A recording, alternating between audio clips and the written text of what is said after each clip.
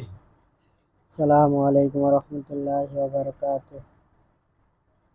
সম্মানিত দর্শকগণ, আপনারা কেমন আছেন? আশা করি ভালো আছেন। আলহামদুলিল্লাহ, আপনাদের দোয়ায় আমিও ভালো আছি। সম্মানিত দর্শকগণ, আজকে একটা তদবির নিয়ে উপস্থিত হয়েছি। খুবই মারাত্মক একটা তদবির, রক্তবান বা মরণবান। শত্রু নাক মুখ দিয়ে রক্ত বের হবে 24 ঘন্টার মধ্যে। 24 ঘন্টার মধ্যে শত্রুর নাক মুখ দিয়ে রক্ত বের হবে, এই তদবিরটা সঠিক নিয়মে প্রয়োগ করতে পারলে। তো যারা আপনারা ভিডিও দেখতেছেন, তার আগে বলে নেই, ভিডিওটা শুরু থেকে শেষ পর্যন্ত দেখবেন। নিয়ম ভালোভাবে জেনে সঠিক নিয়মে তদবির করবেন, তাহলে কাজ হবে। আর তদবিরের অনুমতি পেতে হলে ভিডিওতে লাইক করবেন, অন্য ভাইদের উপকারের জন্য শেয়ার করে দেবেন। ভিডিওটা শুরু থেকে শেষ পর্যন্ত দেখে কমেন্টে বলবেন আমি অনুমতি চাই, তাহলে অনুমতি দিয়ে দিব। আর এই তদবির করার আগে অবশ্যই পাক পবিত্র হয়ে উযু করে শরীর বন্ধ করে নেবেন। 3 বার আয়াতুল কুরসি পড়ে শরীর বন্ধ করে নেবেন, অথবা যারা আয়াতুল কুরসি না পারেন 4 কুল পড়ে। 4 কুল অর্থ কুল ইয়া আইয়ুহাল কাফিরুন, কুল হুয়াল্লাহ, ফালাক, নাস। অনেকে ইখলাস কইলে চিনে। তো এই 4 কুল পড়ে আল্লাহর কাছে দোয়া করবেন, আল্লাহ আমার শরীর শক্তিশালীভাবে বন্ধ করে দেন, যাতে কোনো জিন জাদু কোনো শের আমাকে এটা ক্ষতি না করতে পারে। এভাবে বলে শরীরে ফু দিয়ে পুরো শরীর ম্যাসাজ করে নেবে। তারপরে এই যে তদবিরটা যে করবেন কাউকে বলবেন না, মনেরটা মনে রাখবেন। হ্যাঁ, আপনি শত্রুকে যে ক্ষতি করতেছেন আর মনে সন্দেহ রেখে কাজ করবেন না। অবশ্যই মনে বিশ্বাস রাখবেন, কাজ হবে ইনশাআল্লাহ। হ্যাঁ, যদি প্রথমে করলে কাজ না হয়, মনে করবেন যে কোনো জায়গাতে ভুল আছে কিনা, এটা বিশ্রাইবেন। প্রথম কাজ না হলে দ্বিতীয়বার প্রয়োগ করবেন, কাজ হবে। তো কি করবেন, পাক পবিত্র হয়ে একটা নির্জন রুমের ভিতরে যাইবেন, জাফরান কালি এবং সাদা পবিত্র কাগজ সংগ্রহ করে রাখবেন।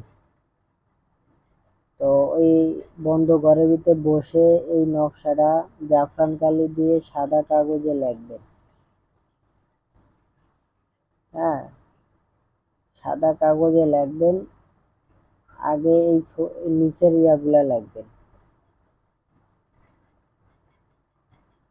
এই 1 লিখবেন আগে, এটা হচ্ছে এটির সংখ্যাটা আগে লিখবেন।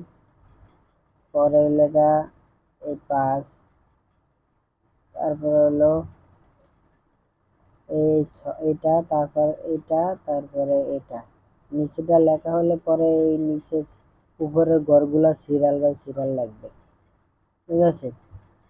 লেখা হয়ে গেলে এই নকশার নিচে শত্রুর নাম লিখতে হবে, এবং শত্রু যদি মেয়ে হয় তাই এখানে মেয়ের নাম, পরে মাঝখানে বিনতে, পরিষ্কার বি ন তয়কারেতে বিনতে লিখে মেয়ের মার নাম লিখবেন। আর শত্রু যদি ছেলে হয় তাহলে এখানে ছেলের নাম, পরে মাঝখানে বিন, পরিষ্কার বিন, পরে ছেলের বাপের নাম লেখা হলে পরে নিজদা লিখবেন ছেলের যে শত্রু আছে তার ঠিকানা লিখবেন, যে জায়গায় থাকে। ধরেন যে গ্রামে থাকে বা আপনারা একই গ্রামে থাকলে ওই গ্রামের নাম, যেই জায়গায় থাকে ওই ঠিকানা লিখবেন। ঠিক আছে? লেখা হয়ে গেলে এই নকশাটা বাস করে মোমবাতি কিনে রাখবেন। আগে মোমবাতি জ্বালিয়ে এই নকশাটা বাস করে আগুনে পুড়ায় দিবেন। ঠিক আছে? হাতে ধরে পুড়াইবেন যতক্ষণ পর্যন্ত পুরা নকশাটা পুড়ে না যায় ততক্ষণ পর্যন্ত উঠবেন না, পুরা ছাই হয়ে যাবে। আর শত্রুকে কল্পনা করবেন যখন নকশাটা পুড়াইবেন যে আমি শত্রুকে মরণ বান দিতেছি, শত্রুর নাক মুখ দিয়ে রক্ত বের হয়ে যাবে, এরকম কল্পনা করতে থাকবেন, শত্রুকে স্মরণ করতে থাকবেন, আর এটা আগুনে পুড়াইবেন। ঠিক আছে? যখন পুরা পুড়ে যাবে তারপর দেখবেন 24 ঘন্টার মধ্যে শত্রুর নাক মুখ দিয়ে রক্ত বের হবে এবং সে মারা যাবে। ঠিক আছে,